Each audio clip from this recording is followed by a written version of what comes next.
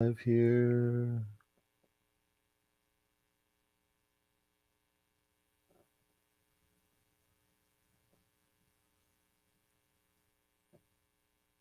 Good morning. Good morning.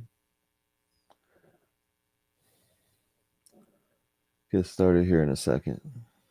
Morgana, hello. And join Zoom. Awesome. Pin comment. All right. Good morning. So we'll get started by wherever you are. You can begin to go inwards, and when I say inwards, I mean let's get present to this moment. And you can do that by bringing your attention and your awareness to your breath. And if you're not driving, feel free to close your eyes and join us as we start and do a grounding meditation to begin our morning here. So, welcoming yourself to Sunday Morning Miracles. And as you start to relax into this moment,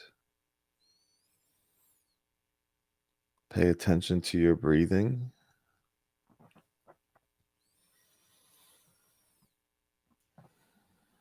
Feel and follow your breath through your body.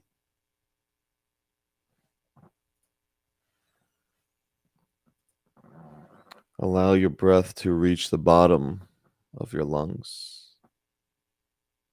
See it in your mind's eyes.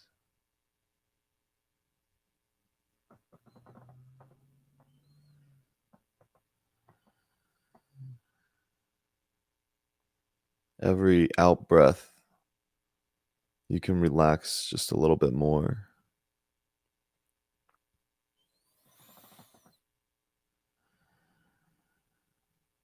Every breath, love entering. Every breath out, things that do not serve you anymore. So follow your breath and let it cleanse you. If you have pains in parts of your body, let the breath go heal it there.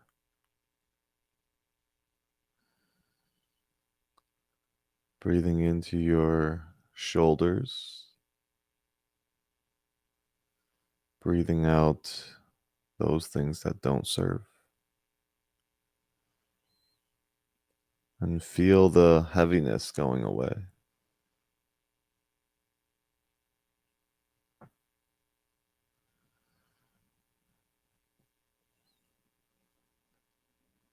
And breathing all the way to your pinky toes.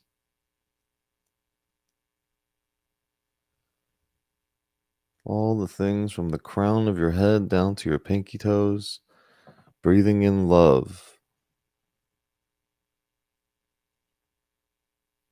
And in your mind's eye, see yourself starting to glow.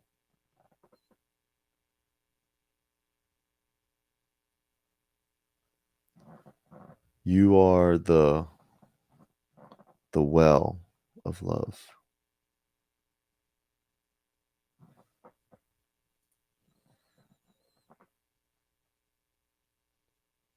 And so in your mind's eye, start to picture this well. Your capacity to love.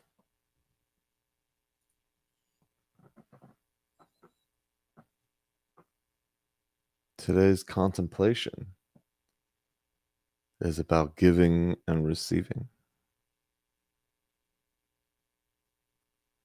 Recall somebody who needs love right now, or a situation in the world, something that needs love.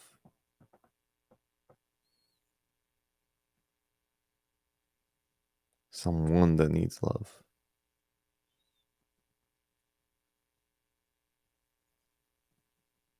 And you, as the miracle worker,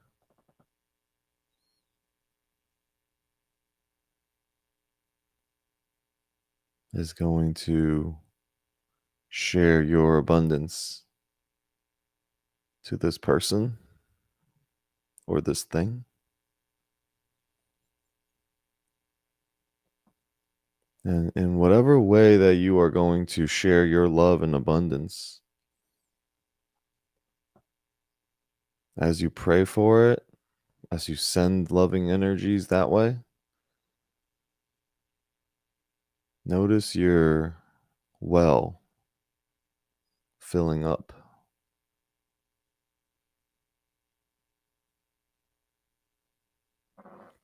the depth of you deepening.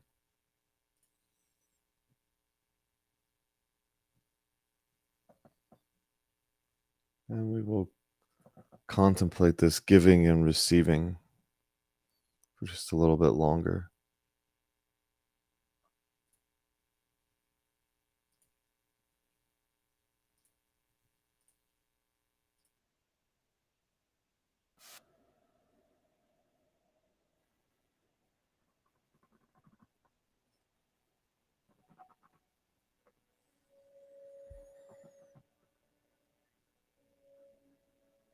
Notice that giving and receiving both fill the well.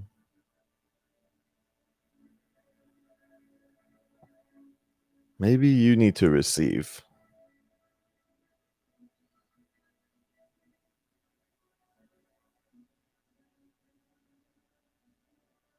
Give yourself love.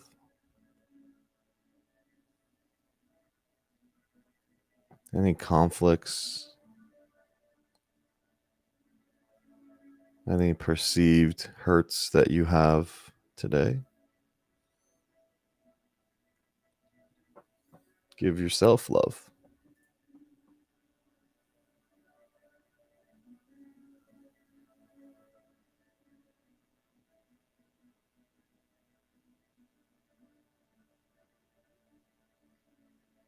And notice the giver and the receiver are intertwining into one entity.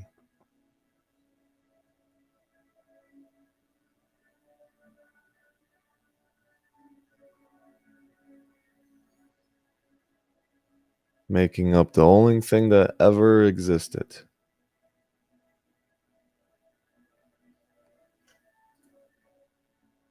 Divine love, unconditional love.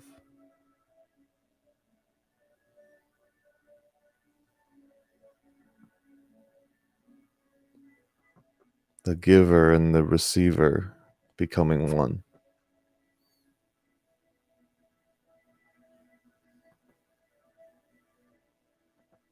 Notice giving and receiving is no longer two acts, but rather it's one.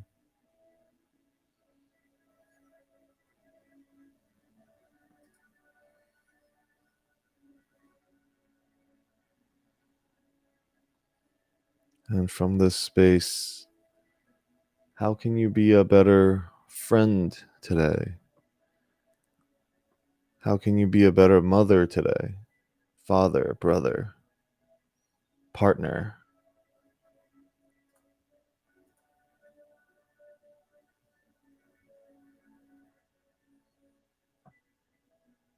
From this space,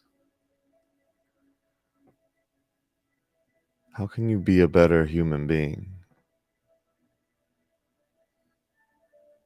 A better giver, a better receiver.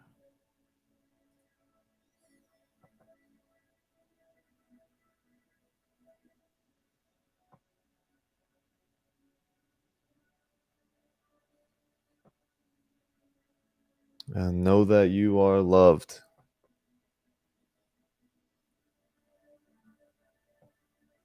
that there is nothing you can do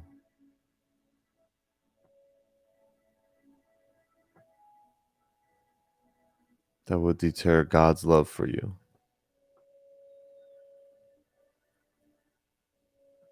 Nothing you've ever done will hold you from entering heaven's gate.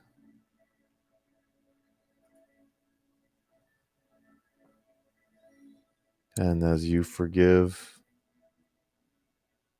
you are forgiven.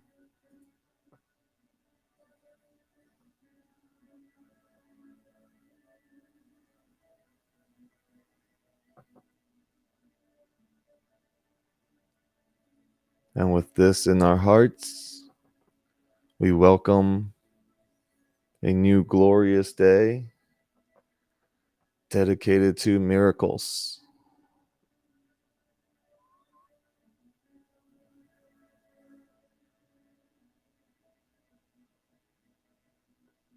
You are a miracle worker. Anybody hearing this message today, I declare you a miracle worker.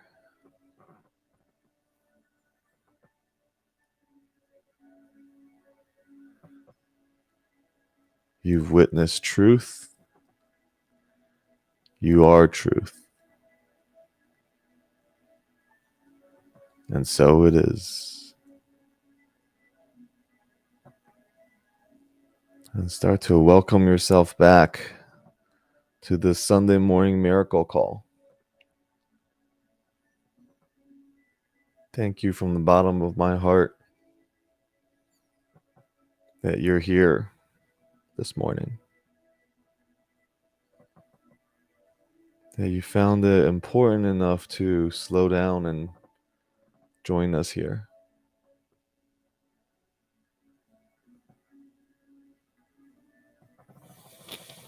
And take a couple breaths in,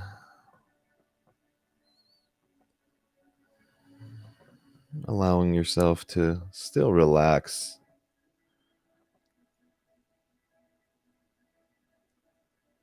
It's not that serious.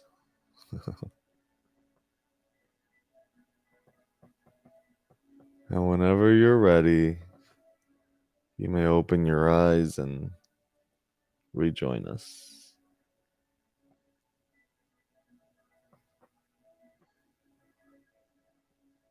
Good morning.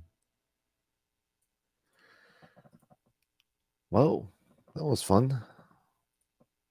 That was beautiful. Thank you so much, Alan. Thank you. So, welcome to this morning where we are talking about giving and receiving.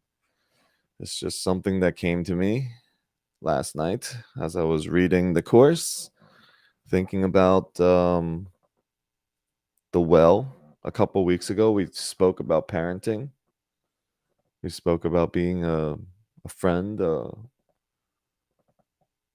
giver. And yeah, let's get started here. Hold on, my computer just froze. Okay. Are you guys still here? Oh, hello there. Okay, so that was a great. Hopefully, I recorded this thing somewhere. I'll listen to it later. So, miracles. We're going to talk about miracles. Does anybody want to share anything before we get started from that morning meditation? What came to your mind? What was your experience? It was completely off the cuff. I did not prepare for that at all. Just whatever came. And of course, it was perfect because it always is. And when you mentioned about sending love to someone who needs it, I woke up this morning. I usually like to wake up to prayers and everything, but You're muted. You got to unmute yourself. It seems important what you're saying. You're muted.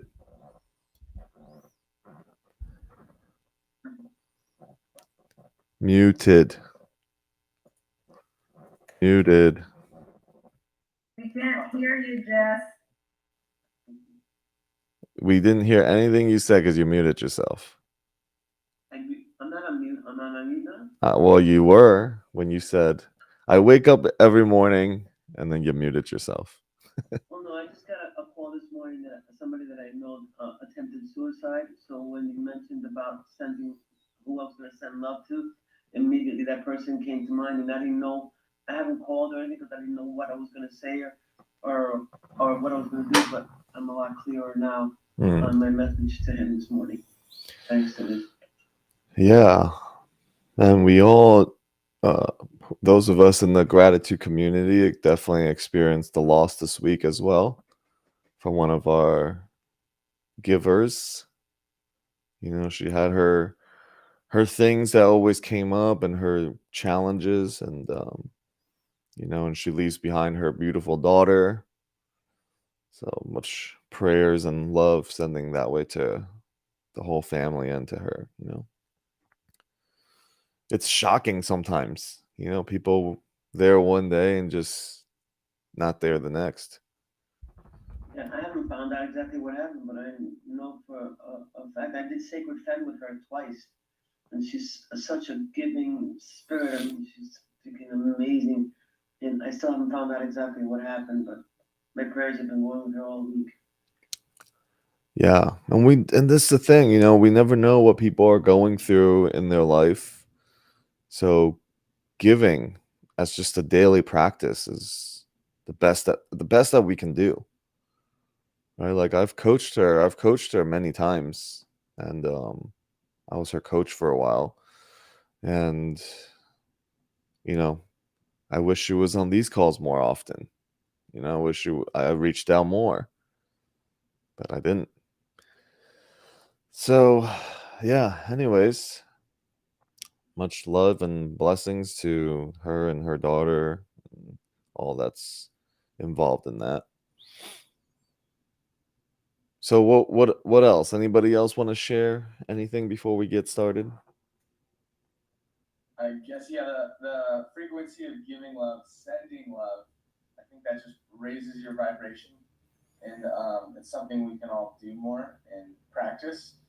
And receiving, I think for me personally, just listening is something I could do more, and practice that way of receiving is so important.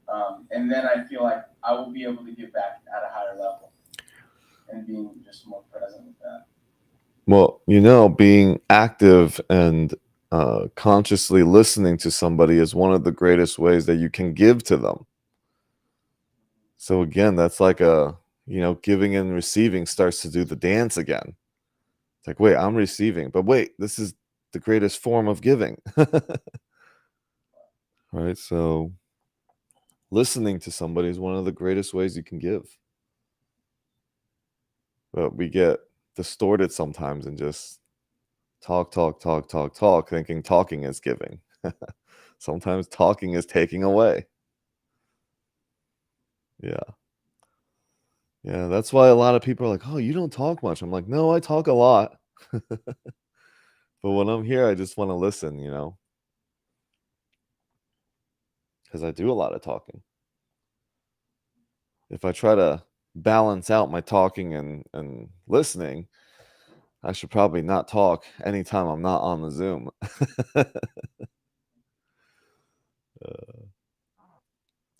Good morning, Brooke. Welcome, and good morning, Babeski. Good morning, Alex. Marlene, did you want to say something or did you just Good unmute? morning. Good morning. Not just, even though I didn't meet that person, I am sure as a community it's a loss, and I am sorry about that. And sending love to her daughter, who unfortunately will have to face, life without her, without the guidance of a mother.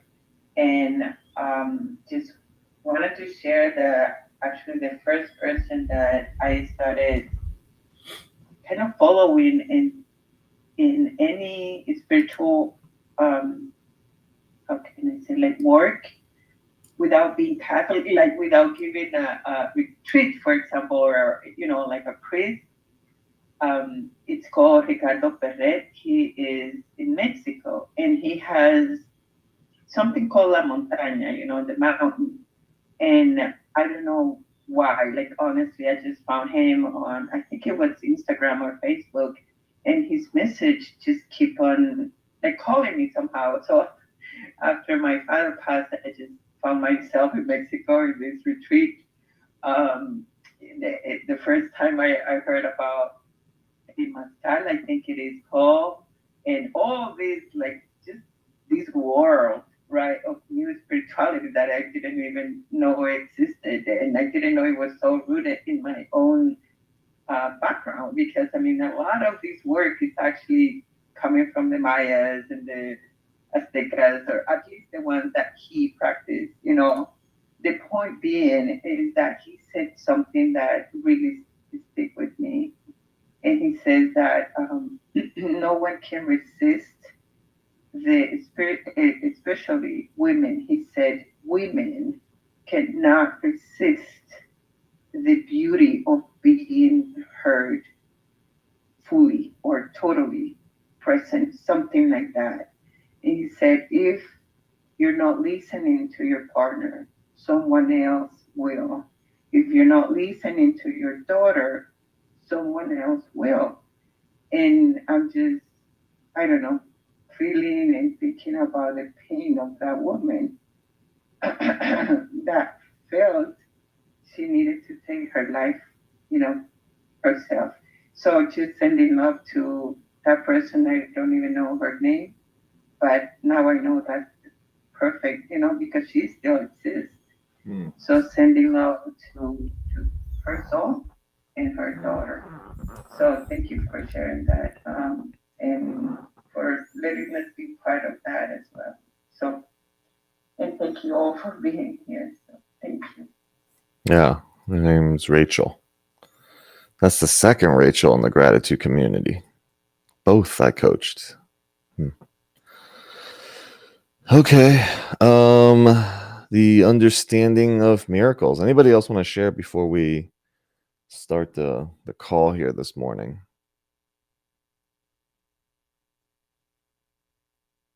Okay. So the giving and receiving, and we're really talking about miracles, right? Being a miracle worker. And what is a miracle? So again, a miracle is a natural expression of love in you. You are the truth of love, and God is the truth of love. There's no separation between that. Oh, cute. So your job is to let this natural love express through you freely. Let it spread through you effortlessly and let it become involuntary. Okay, so that's why we ended like a couple of weeks ago talking about the force, this love that flows through you. If you decide who it's going to go to and withhold that from others, then you are going against the very nature of love. So to be with love requires the release of judgment of where love goes, of where your energy goes. Every time you fight it, you decide where it's going to go. And it becomes distorted, and it's no longer the natural love in you, and you become more disconnected from it. Because what you've done is you've created specialness. So this is why every single person, especially those that trigger you, especially those you don't want to be around, deepens your own search for the well of love within yourself. And so the very nature of miracles, of the way it flows, is that a miracle worker, somebody that is going to be giving, opens up opens up himself or herself from to a deep well, a sense of connection to an infinite amount of abundance in ourselves or in yourselves, and allow the receiver who currently lacks that, right? Somebody that is in pain and suffering is not tapped into this natural flow of love to their well of abundance that they can draw from. And so what happens is in that moment, it allows the receiver to share in the inner abundance of the giver. And so we talked about 2 weeks ago, this is how parenting should be. Because when we do not do that, when we don't express endless series of love, what happens is a child becomes distorted, and it causes fear, and it creates the perception of self and others, that I now need to defend and protect myself from others. So an endless well, what does that look like? That's the discovery of a miracle worker. See, when we think that the world is dangerous, we project onto our children and those around us that the world is dangerous. And so when we tap into this well of miracles, of love, is to see, whoa, there's infinity here. I can never be tapped out. See, a lot of times people say parenting changes you because you learn unconditional love for your child. And so again, being for good morning, Harry.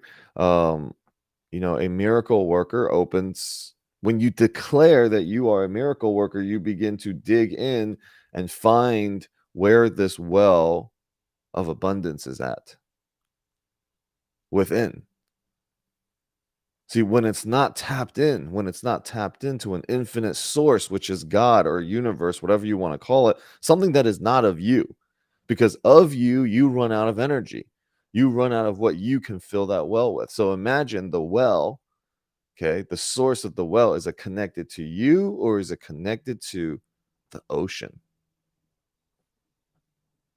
When connected to you, there's only so much you can give it before you're like, oh man, I'm tired of it. And wow, what an analogy that is coming up right now. So let me write this down real quick, adding to my collection of my books. So we had sunflower last time. Now we have the well.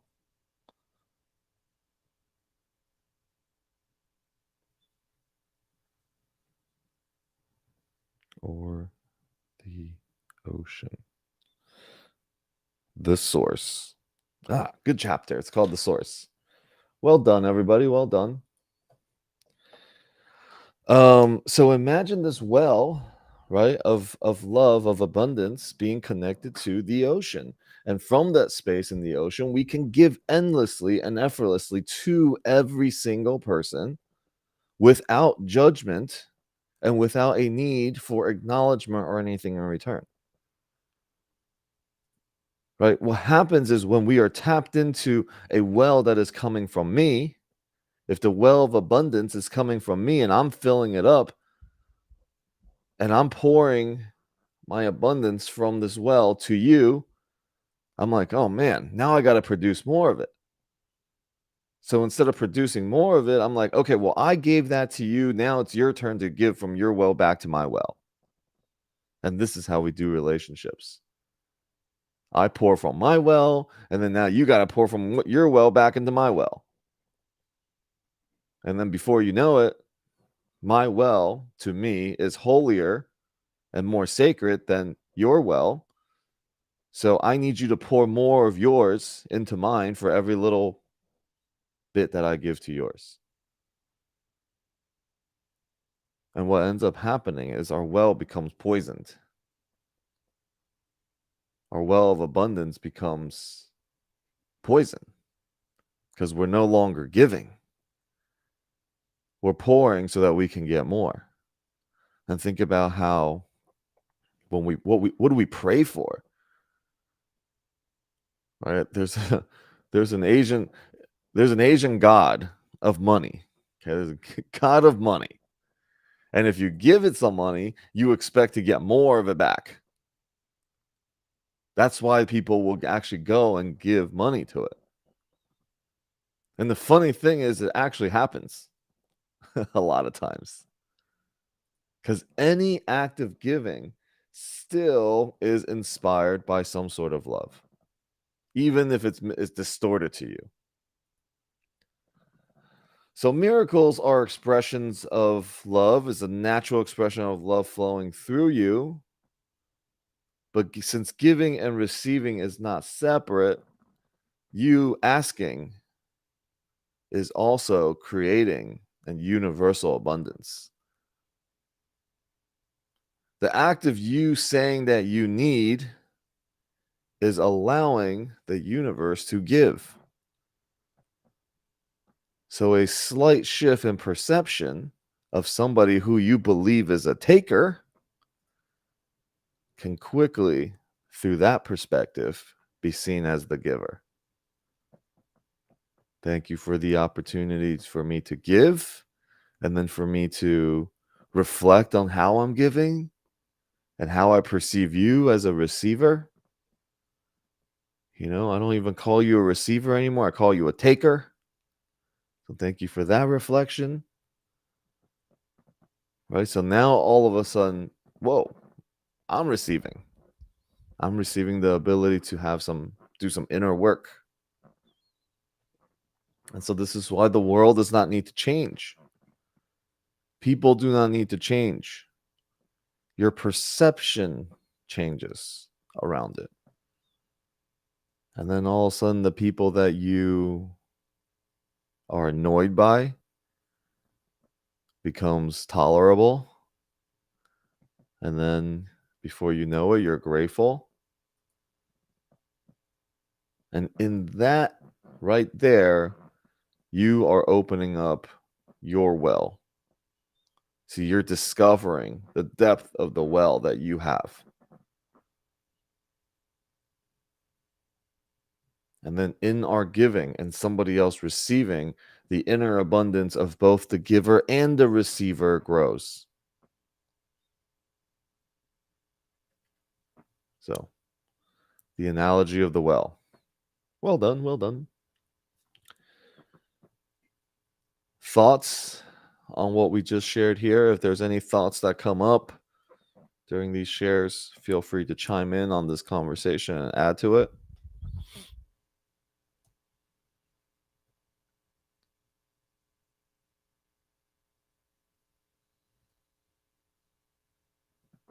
So again, just revisiting this expression of love, right? When we recognize, we let it become, we practice it so much that it becomes involuntary. You listen so much that listening becomes involuntary. And it's a practice. Love can be expressed in all different ways because love is all encompassing.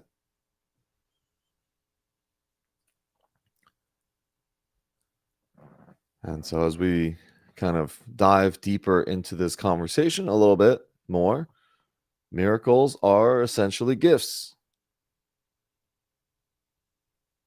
And it's a expression of abundance, and it's a healing force that fills some sort of void in the receiver in that moment. And all you're really doing is connecting the heart of the receiver with yours so that they may remember and they can do it themselves. So, they say that love is the only way to cure any sort of hurt. But what the ego does is the ego tries to get rid of the hurt by hurting others, by projecting hurt onto somebody else. And the only way to actually stop that cycle is not to take the attack on, but to neutralize it and give it love. Only love can overcome it. Love is the light. Hurt and anger and judgment, that's all the darkness. Right? So you can bring the light to everything. So, how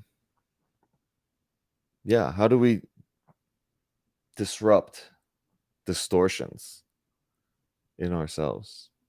Like we all have a distorted way about the way we give love when we are not conscious about this teaching right here. And so let's first embrace the role as a giver.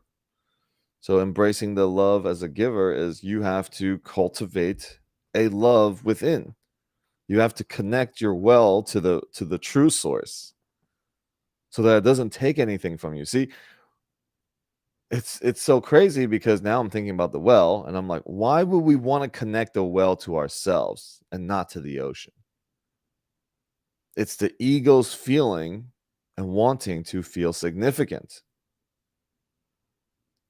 And the entire identity we've designed around ourselves, this Alex bodysuit, this identity I've designed here, is to feel important, to feel significant.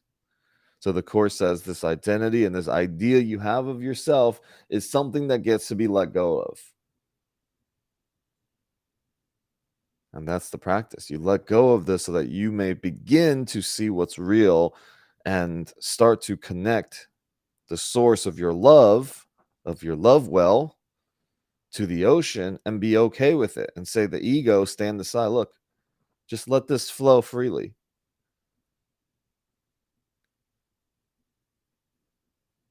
Those that are able to surrender and to step aside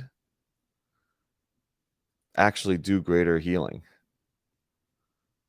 Because when we try to get in and interrupt and do it ourselves, we actually cause more of a problem. You know, we see something wrong with somebody, we want to go in and correct it. Here, let me give you my advice. And we just give unsolicited advice to everyone. And it's not even advice. It's just your projection of your own trauma. Now you add your own stuff onto somebody else's stuff.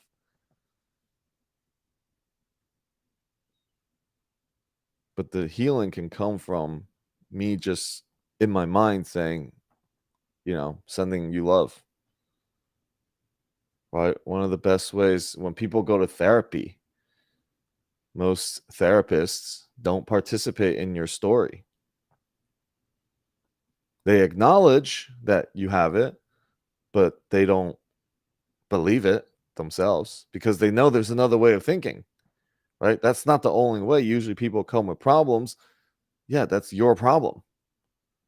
You've added a bunch of experiences and traumas to it. And the way to heal it is to not participate and add fuel to the flame.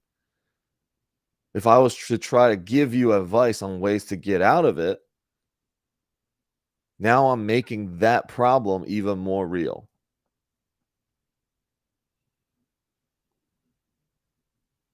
See, we forget the law of expansion is that when we give energy to something, it grows. See, that's why when we keep thinking about this is what's been getting me, this is my illness, this is my sickness, and I'm constantly looking for ways to fix it and whatever, and it just keeps getting bigger and bigger. Every single solution that I think I find, I actually add to the fire, and it just gets bigger. I'm like, why? Why can I get over this thing? Until you finally see healing comes in that one moment, that decision, you just start laughing at, like, wow, that was silly of me. See, and you can laugh at it anytime you want and just let it go. Just laugh at it more. Man, I was so dumb to think that. Man, that was silly of me. See, now you're starting to let it go because you're like, wow, that was a silly story. That's how you heal from something. And as we hold on to all of our pains and traumas and stuff, we add more fire to it. We add more anger and add more animosity to it. And anything that challenges it now becomes a war to my story.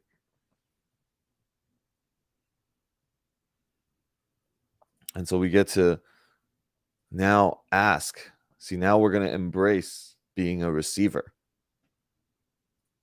See, because we're carrying our well is poisoned, we get to embrace the role of the receiver, which is to acknowledge our needs. Yes, there is a need that I have. Now, to make it clear, acknowledging that we need and that we are in need of help does not actually imply weakness or inadequacy or anything, but instead it actually acknowledges our own limitation and vulnerabilities, which is the reason why you don't connect the well to yourself.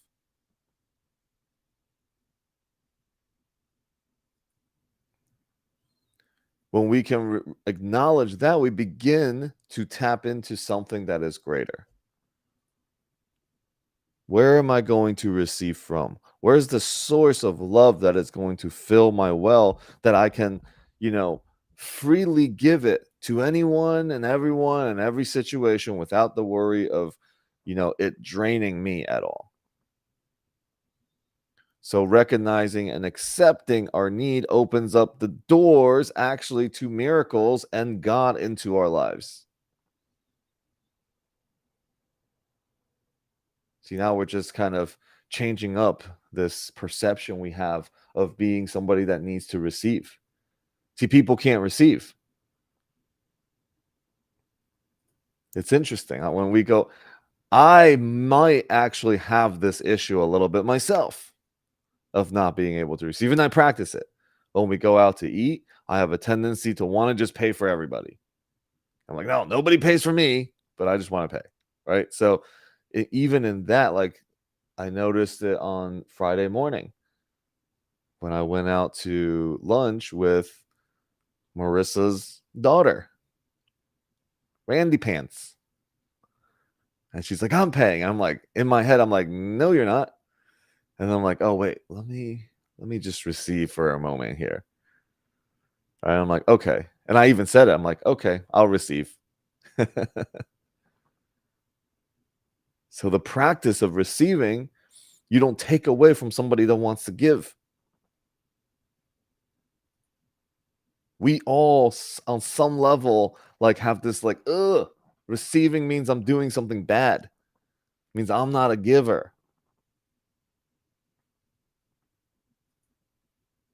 And not being able to receive in the trainings, we talk about how that is a way to be a taker. You take away from somebody wanting to tap into the well of abundance. So embracing this role as a receiver opens ourselves to miracles and to God. Oh, yeah. So if we receive, now we feel like we owe them something. See, that is a distortion of receiving because you have a distortion of giving. Because you give in this way, that's why you would even be afraid to receive. Because you're like, oh, this is how giving works. You have a distorted idea of giving. See how there's no separation in that. The giving and the receiving is the same exact thing. Give all you can, knowing that there's an abundance and infinite source attached to the well. Receive because it just adds to the well. Your well is deep. Sure, you can pour some water in here. You can pour some love in here. And all that does is helps the giver, the opportunity to discover the depth of their well.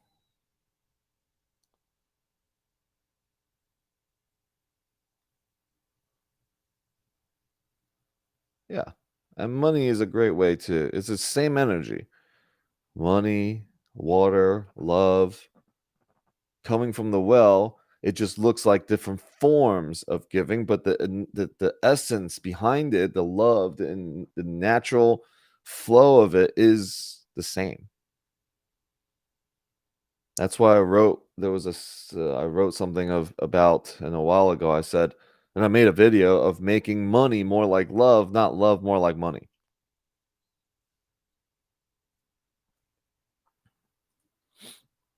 because love is the source behind it, behind money. So, how else can we embrace the role of being a receiver um, with gratitude and openness? Right, as we were just saying, like, how do we receive? Receive with gratitude, with an open heart. And now miracles come our way. See, just in that receiving, miracles happen for me. Because I don't really, I might not be a good receiver. My wife might say differently. You're a great receiver. I'm like, no, you're a great giver. uh, so being able to receive in this context in which Brooke was also sharing with us here, it means that we have to let go of our pride and we have to let others contribute to the well-being of us. So being receptive to love actually supports the whole. And so kind of as just to reflect and recap a little bit of the giving and receiving, and from the meditation earlier, we're all really interconnected. And the miracle worker knows how to give and knows when to receive. And so by becoming conscious giver and conscious receiver, we can heal and lift up others. And all we're doing is we want to share. We want to share this abundance of love, this well. And opening ourselves up for God to show us, that there's infinite love and infinite abundance here. So, okay. Let's see. Written in the chat.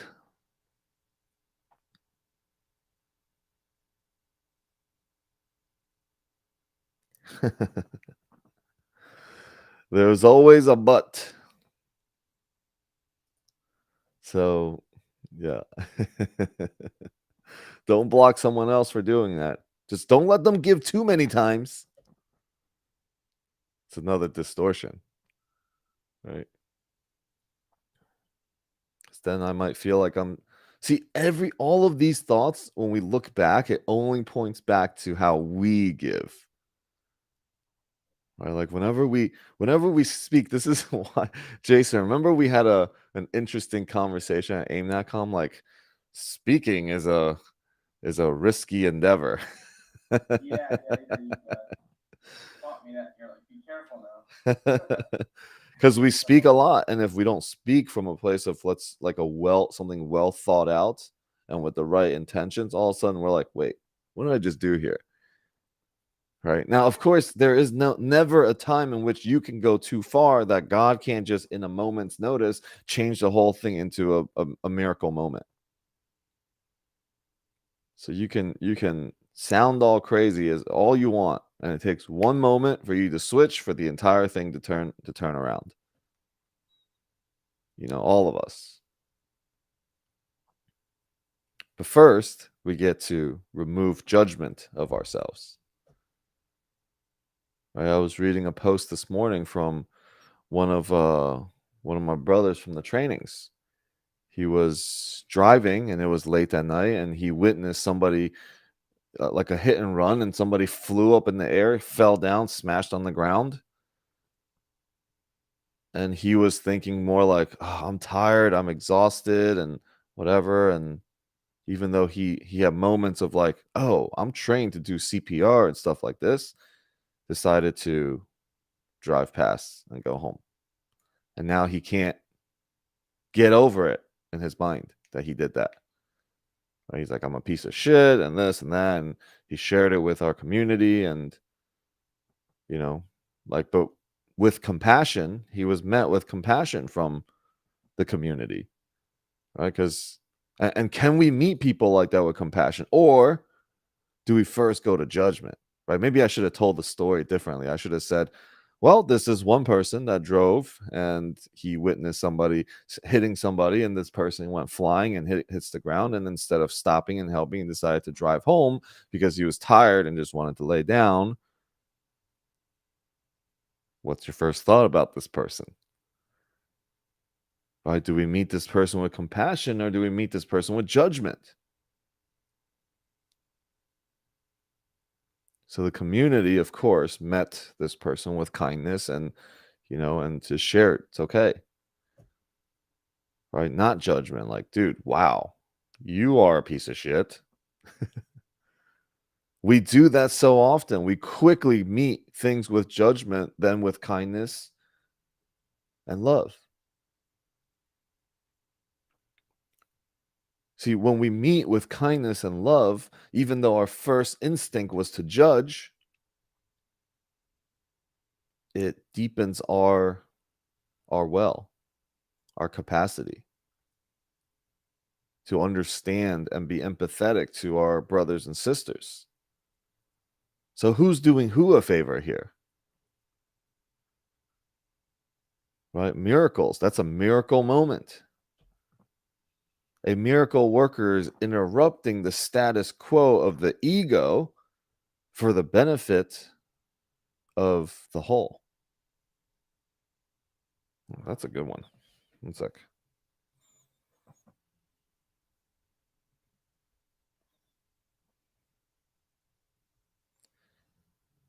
Interrupting. Shit, I forgot what I said. Miracle worker is interrupting. Yeah, a miracle, excuse me, a miracle worker does the things for the whole instead of for the ego. Something like that. I feel like I had it a little more elegantly. Oh well. Yeah. Qigong. Oh, wait, hold on. Interrupting the status quo. Status quo of the ego. Thank you, Natalia. You passed the test. You are listening. You're here. It really made a profound effect on me. I was like, oh, that's good. So thank you for that. Yeah. Man. Okay, so where were we? Oh, about my brother. Okay, so he's like, I made a vow to myself, next time I ever see anything like this, I will stop and help. Okay, so there's the forgetting, strengthening the remembering. Like Natalia mentioned in today's morning, her morning text in our WhatsApp for our Course in Miracles group. And, so the community met with a lot of compassion and love. And this is what I love about communities, that we have the ability inside a community, when we care for each other in this way, people will truly find themselves. And yesterday, myself and another community builder, one of my good brothers here in Vegas, Kurt, we shared our vision about Vegas and downtown and of what's going on. And we have some, impressive money coming to back us. Family offices from Taiwan, family offices from Singapore, family offices from Vietnam, all looking to play here. And one of the people that links them all together was on this tour with us. Somebody else that is extremely tapped in. And then I got invited to a conference here called Blueprint. It's like $2,000 a ticket. The president reached out and gave me a free ticket, and we are, and I'm going.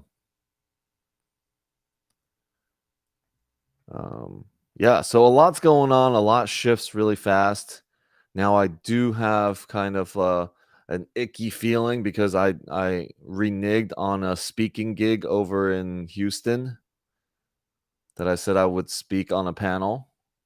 But I had to say that, hey, I can't make it. Life is kind of pushing me in this way.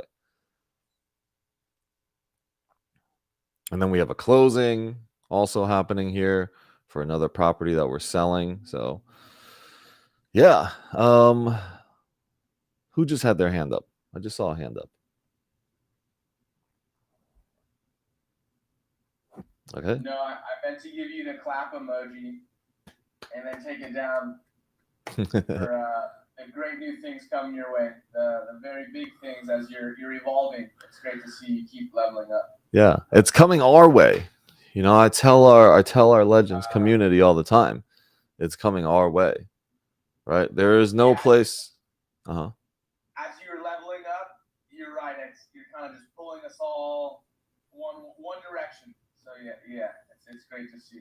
Yeah. The bigger the vision, the more things that we can create, the more places people in the community can find their roles and find their purpose to serving.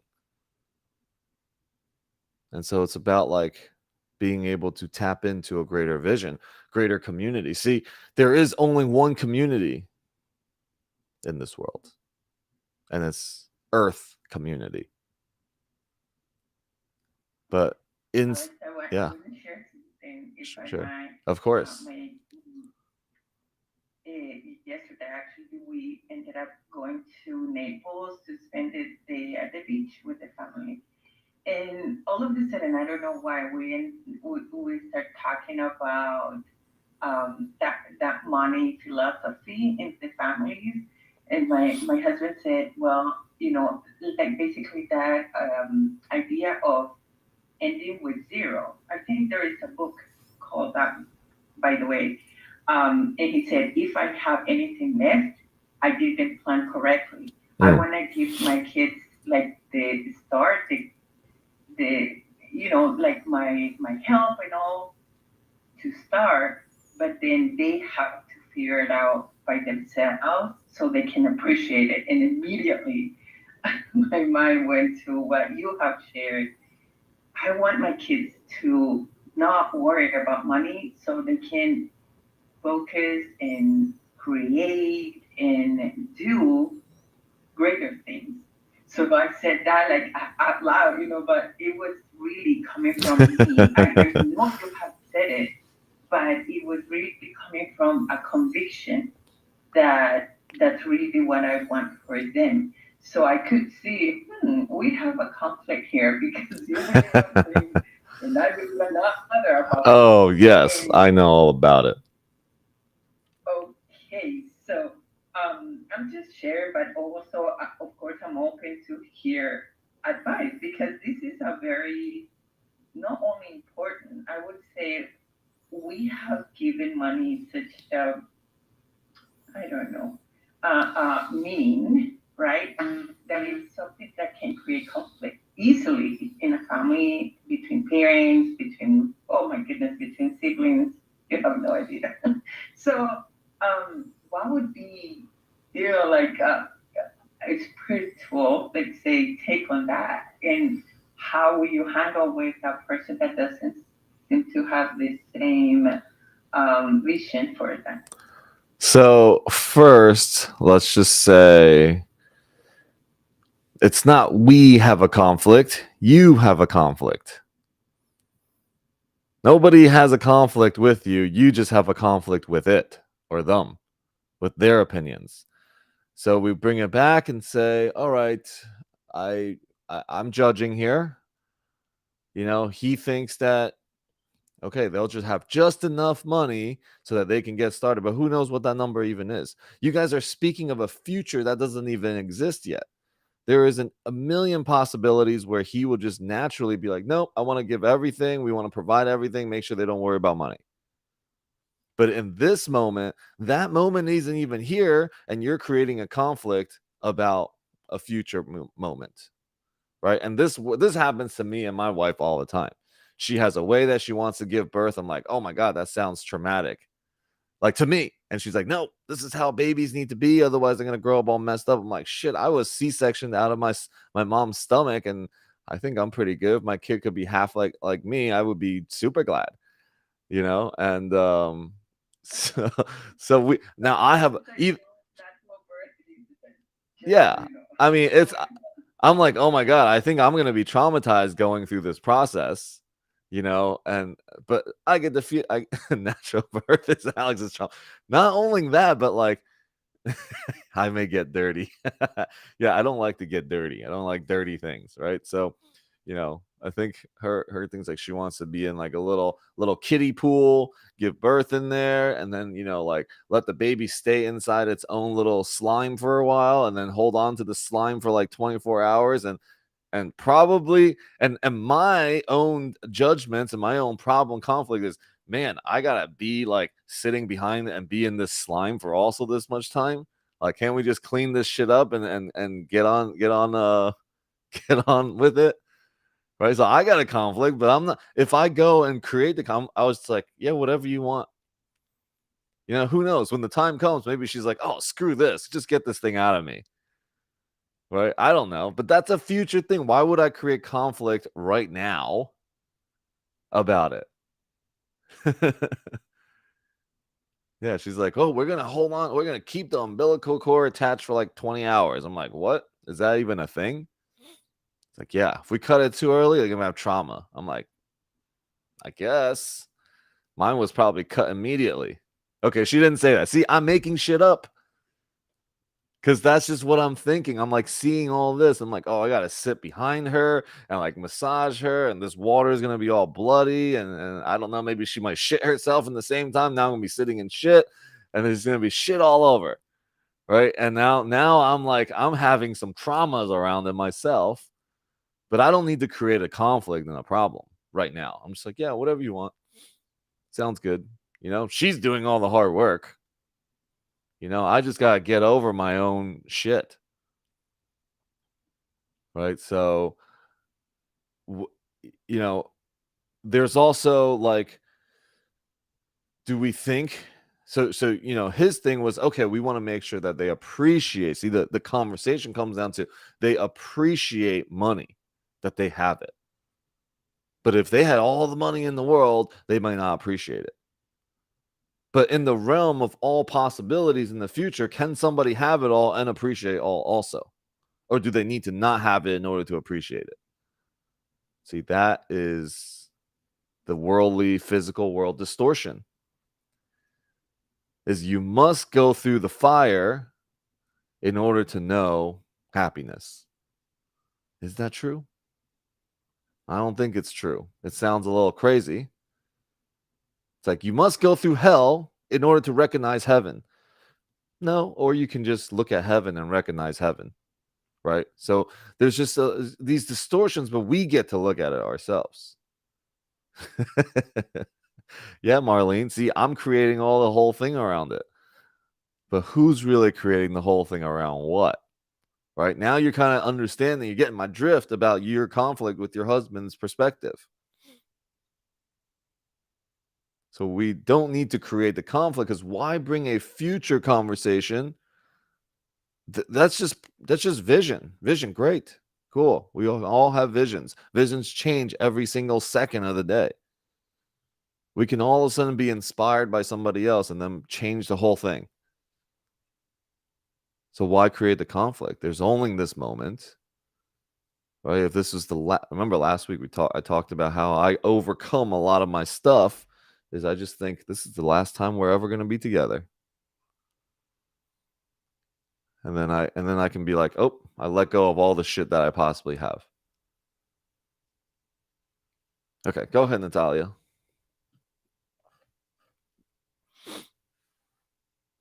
I wanted to share, thank you for that example of the slime. Oh God. Because I'm gonna hear about this later. Yeah, so as you were sharing, like, why bring this conflict into, what came up for me was that I even do this myself, not necessarily with another person in front of me creating the conflict, but it's like an inner conflict. So it happens when I start doubting, like, oh, is this gonna happen? And is this relationship not gonna work out? Is this business deal is not gonna work? Like, it's so interesting because it's like it hasn't happened yet, and yet there is that inner conflict that's being created before it actually occurred. And then it's interesting to notice too that in that conflict, and then I can recreate it in the future if that fear is, it's strong enough. So thank you for that. Yeah. Thank you for strengthening the remembering. Yeah. It's kind of like somebody just going nonstop, like, oh, I'm going to lose money. I'm going to lose money. This deal, I'm going to lose money. I'm going to lose it. I'm going to lose it. What's going to happen? You're going to end up losing it. And we just like attract that into ourselves. Like, oh, all men cheat. All men cheat. They're going to cheat on you. They're going to cheat on you. I'm going to get cheated on. I'm going to get cheated on. You keep creating this layer, right, of protection for yourself, this boundary. Remember, we were talking about boundaries last week. Keep providing this boundary. And then all of a sudden, why the hell would this guy still be, want to be there when there's so much boundaries and the judgments and stuff in place, and all of a sudden they cheat. It's like, see, I told you so. It's like, yeah, because you kept believing it, you created the scenario in which that has to happen. So, yeah. Great shares. Go ahead, Lyra. I just wanted to say something about Martin. I can relate to what you just said. Because for me, I want the same thing for my kids. My husband would say the same. No, it's for me, not for them. Now, I don't necessarily pay attention to that because who knows? Who knows what happens, right? So it's not a thing to talk about now. Okay, he can say whatever he wants to say now. I'm good with that. And then I just want to go back to what Alex said about the perception is actually not his problem. It's your problem inside, right? Going back to what Anthony DeMello said, self-observation. Negativity comes from inside of us. It's not outside. We can't make others change because we think it's the cause of the external is actually inside of us. And, really self-observation, he said, is a good practice. You gotta think, you gotta understand what's going on inside of you. It's nothing to do with outside. So I just wanted to share that.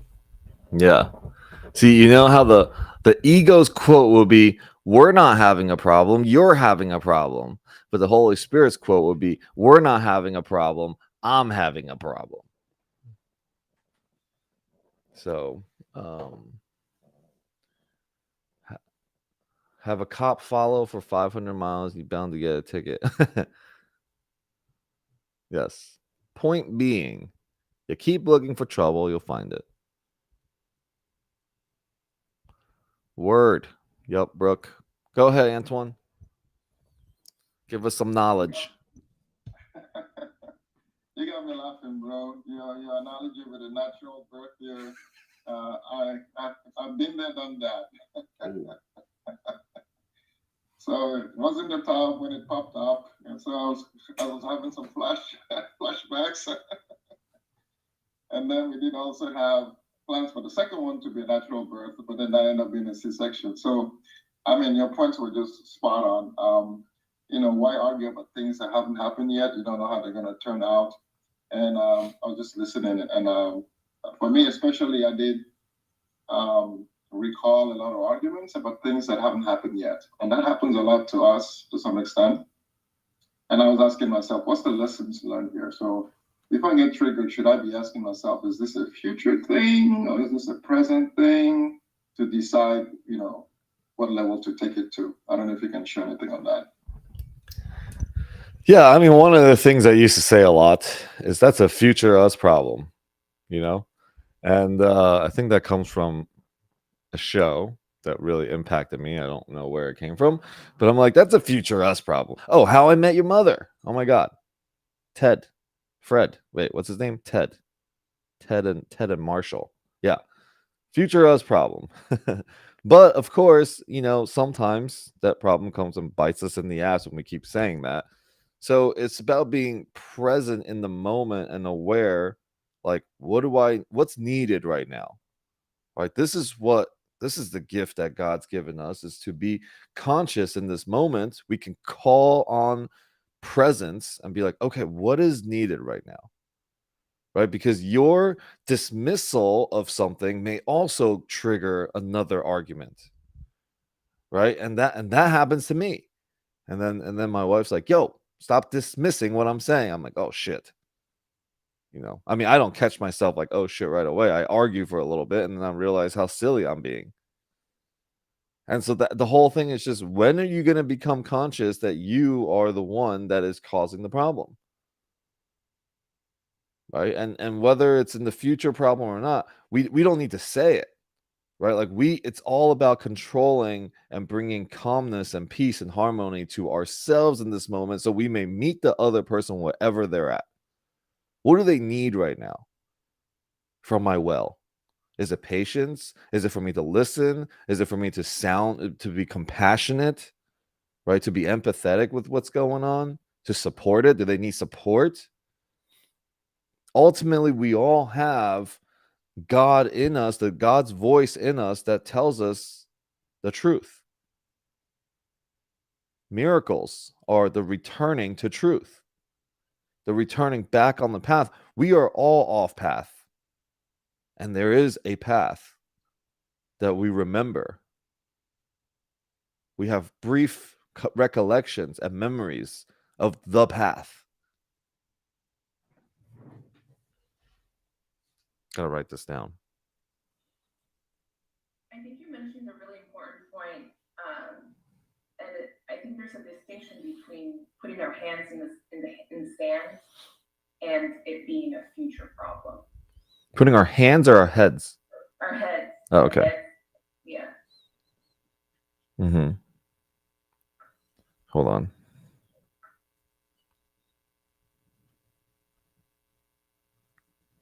What do you mean, Natalia? Like, if there's an issue that needs to be talked about, resolved, that keeps coming up, I feel like there's that distinction about when I create a future problem that's non-existent because of my fears and then hence recreating it, versus when there is something to be looked at, and then when I choose not to look because it's easier not to do so. Does that make sense? Yeah. And that's what I mean by when I put my hands, not my hand, my head. Like, the difference between something's coming up, it's time to address it, time to move through it and learn from it or grow from it, versus putting your head in the sand and not dealing with it. Pretending it's not there until it explodes. Yeah. Right. Versus the other, that hasn't happened yet. There's no reason to even shine any light on it or focus on it whatsoever, because it's going to create something that's not even there yet. In those distinctions. Mm-hmm. And I don't know, maybe they're the same. So see, like, when we create like these, when we try to think about timelines, like, and two different ways of thinking. Right now, there is kind of a confusion of, but which one do we call upon at which time? Right. And this is the wisdom, the late and great Bruce Lee, is be like water. Be like water. That means you can flow in wherever, fill any cup, anything, anytime. See, that requires trust that everybody, no matter what they say, what they do, will return to the path, will return and be back on path, because inherently love wants to flow through all of us. But our own judgments and all the things that we're afraid of and this and that all gets in the way. But life will teach every one of us. Okay, so you as a participant in the whole just gets to witness it. So can you just be a witnesser of what's going on? And you can listen. Remember, listening is a great way to give. And really listening. Like, remove your judgments around it. Oh, okay, cool. When are we gonna have this Okay, so when the baby comes, how do you want to do it?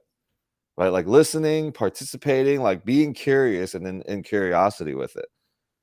Now, when I was listening to that, I couldn't even really listen because I was battling my own judgments with my wanting to listen, like knowing, okay, here's a conflict. Now, when I'm having that conflict, also, it may seem like I'm not present to what she's saying. Right? It's just like, wait, are you even listening? I'm like, shit, I'm just trying to process I'm trying to process myself right now. But that is the importance and the key in communication. Right? If I let her know, hey, sometimes when I look like I'm not listening, I'm kind of just processing some stuff. I'm going through my own judgments and getting rid of it. Right? Knowing that it's my problem. And if the more we share this, all of a sudden we are connected in a different way. And then that becomes possible. So, communication, connection, just knowing that God and divinity connects all of us. There's a frequency connecting. We don't need to say it. We don't need somebody to get what we're thinking or whatever right now. We're just in exploration of truth together.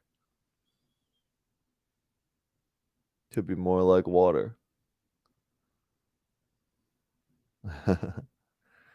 Well, Marlene, I would say my experience of you is the opposite of your experience of yourself. Okay, so I do feel like you have been more in the flow and, more like water. So, I don't know, maybe just a little less judgment. Be like water with yourself. Yeah. All right, we got like 10 more minutes here. What should we talk about? Anybody want to add anything? Does my amazing wife want to add anything to this conversation? Since rarely do I get to bring this up in here. I'm always bringing stuff up, and I don't know if she watches the replays, but no, I'm good. So thanks for being here, Babeski. Something. Oh, Because I feel like I missed something. You guys are waiting for a baby? Ariana. Yeah. Wow, you're like a ninja in here. I didn't know you were in here as a Zoom user. Ariana. Hi. The sprinkler. I come here all the time. Not all the time, but often. Well, Incognito? as a incognito. So, We are going to start. okay. Yeah. So you are already talking and concerning about something. Yeah. So here's a funny one. Yeah. So I'll tell you a funny thing. So a funny thing is, she's like, "Oh, you ready to have a baby?" I'm like, "Yeah, let's go." And then she's like, "No, in 5 years." I'm like, 5 years, Jesus. But so in the beginning, we had some kind of little debates about it. Then I was just like, yeah, whatever you say, 5 years, 3 years, 2 years, whenever you want. I'm ready whenever you're ready. And then it became 3 years. And I'm like, okay, yeah, sure, 3 years. And it becomes 2 years. No, I need 2 more years. And it's like, all right, next year at Burning Man, when the sun is exactly lined like this and we're under the moon and when everything is this, and then we will do it and we will have a baby. Then I'm like, okay, sounds good. Right. And before you know it, January comes along and the baby's gonna be coming. Just kidding. But it's like just whatever, roll with it, be water. I'm with her.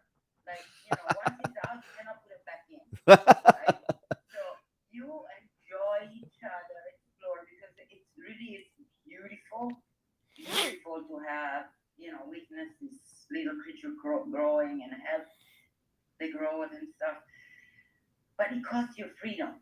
And freedom is very, very valuable. So I would say, like, do everything you want to do. Like, really pull out, then have a baby. That's my advice to you as a parent, as a friend, as someone that loves you. Yeah, thank you. But okay, if it's already in there, then it's fine. If it's not there, don't try so hard. That's what I'm saying. Oh God. All right. Good to see you. Thank you. Thank you for everything. Noted.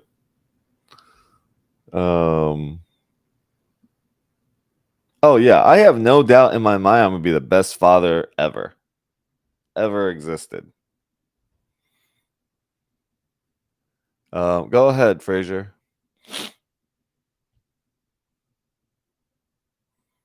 Um, well, I was listening a lot to what you were saying with like your birth plan and stuff like that.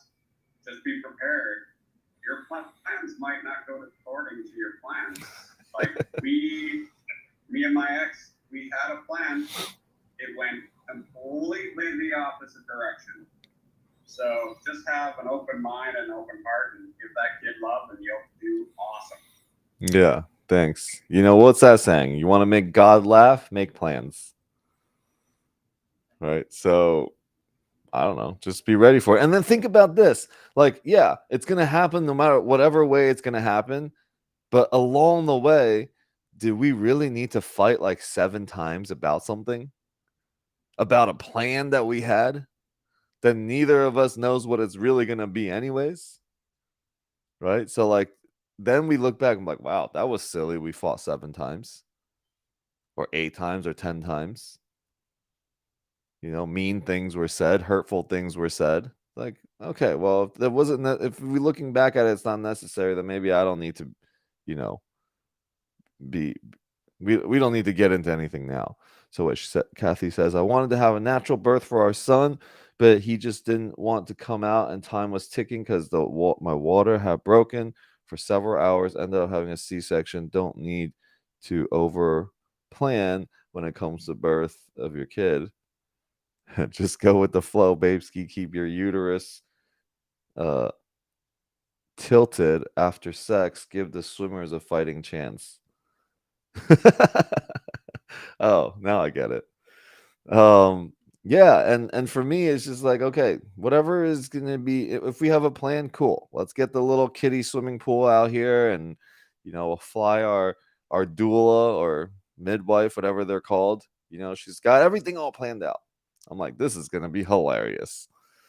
But me too. I was supposed to be a natural birth, and then I just wouldn't come out because I'm just, stubborn like that. And 24 hours later, my mom's like, finally, like, okay, that's it, C-section. And that right there also is the insanity of the ego. It's a representation of the insanity of the ego, which is us. Is no, we have to do it this way until finally the pain and the exhaustion is so great. We're finally just like, whatever, just make it happen. Right. And God's like, dude, could have just done this from the start. Suffering is optional. It's up to you to suffer for as long as you want. Right? Like if the baby's stubborn, okay, cool. Just whatever you want. But neither choice is bad or wrong. It's just there's a moment of clarity and of learning that happens about our own stubbornness. And that's all. Okay, go ahead, Antoine.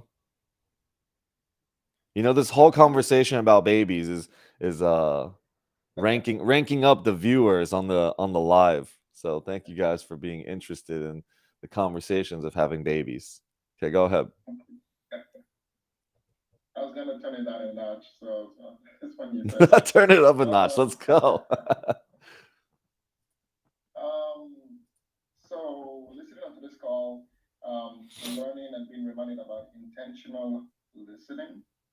It's a gift. It's a gift of giving, so to speak. Mm-hmm. And then the next level of that is as you're listening, participating as a listener, not necessarily as an actor, or deciding when to be an active participant of conversations in terms of okay, well, you hear something that is in the future that you want to disagree with, and you can easily jump in and interrupt the listening gifting or not, which is what we just discussed. The third element or the third dimension I would like to ask about on the call is when you're listening, but you're not liking what you're hearing, whether it's gossiping or some derogatory things about somebody else. The content is not maybe aligned with love or aligned with, maybe they're trying to take you somewhere emotionally that you don't want to go, right? in that case, is it okay to not listen, interrupt, disagree vehemently or not, or spiritually? What should one do? So there's multiple levels depending on where you are, right? One, you can create a boundary and just be like, nope, I'm not going to participate in this conversation. I'm outie. Two, or actually no, the I guess the to me the lowest tier, or the tier that the ego is closest to, would say, hey guys, let's not gossip about other people. This is what's wrong with it. And then you go in and get into this whole thing, right? And then they're like, who the hell is this guy? And then you get into a whole argument, and then you leave causing conflict. Second would be, let me create a barrier, my boundaries around it. And you know I just don't listen to it. I don't partake in it. When they ask me, I'm just like, I don't know, whatever, right? I could create that around it. Or we go even deeper to being like, oh man, I'm having a problem with it, and let me like work through it and know that this is a lesson for me. So let me engage and lean into the conversation, because if love is all encompassing, that means love is also happening right now in this gossip. How do I lean into it and still morph and guide this entire conversation into love? Now, it does not mean you have an agenda of taking the conversation. It means you just show love to the conversation. You lean into it without judgment and listen intently with curiosity of, wow, why would they say this? Right? Where is this all coming from?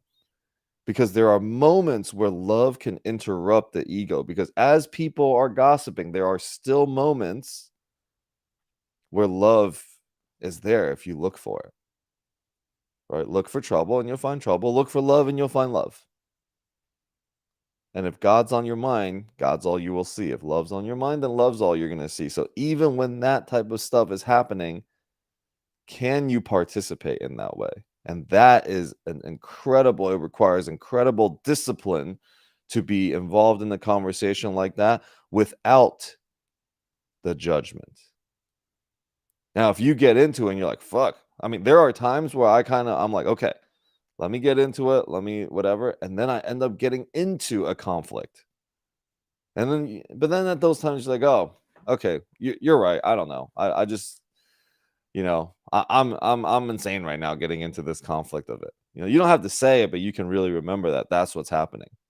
And that's happened to me before, and that's part of my forgetting, and then it strengthens the remembering the next time I go into something like it, because it will show up over and over and over again until you get over it, until you've learned the lessons.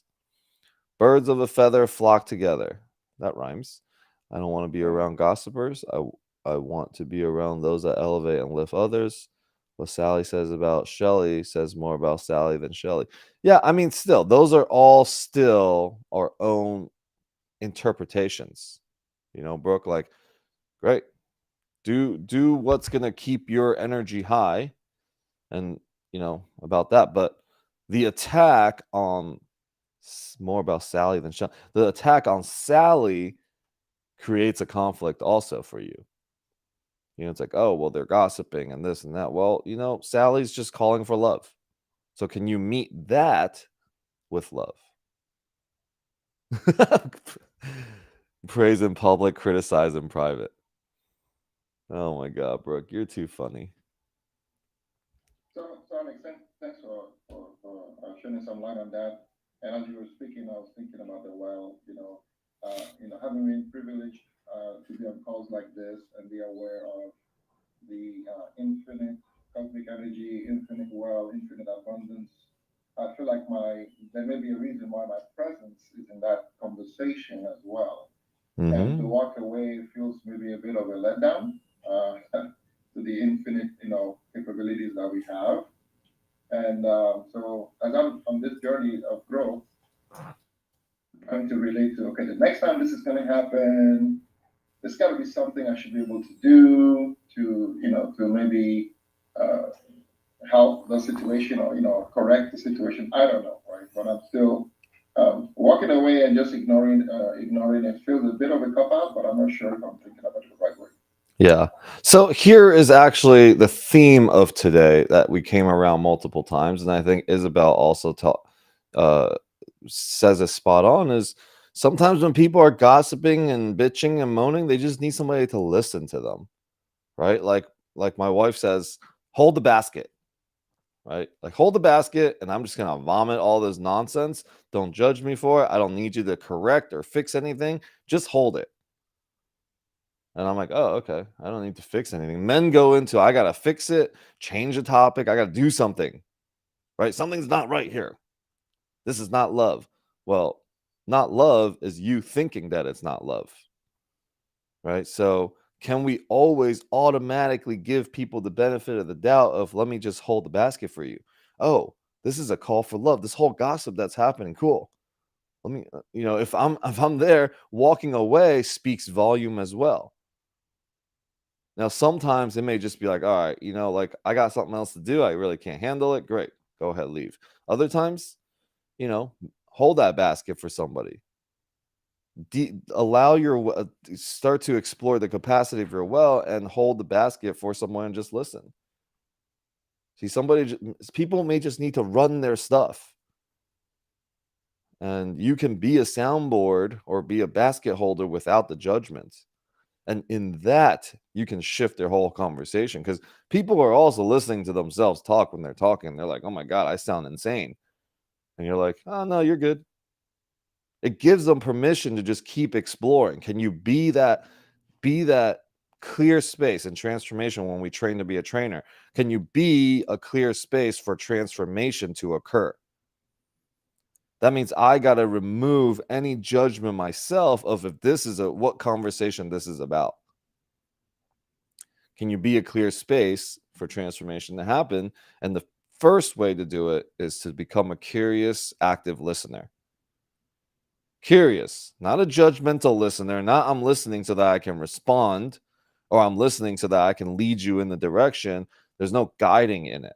It's just all right, let's go. You want to go to the depth of this place? Let's go. We go together. And if people know that somebody's got their back, see, the feeling of love will change that whole conversation itself. Knowing that, wow, this person, everybody turned and walked away from me. Everybody tried to change the subject whenever I talked about this. But this person, Antoine, is listening to what I'm saying. Like, this is the first person.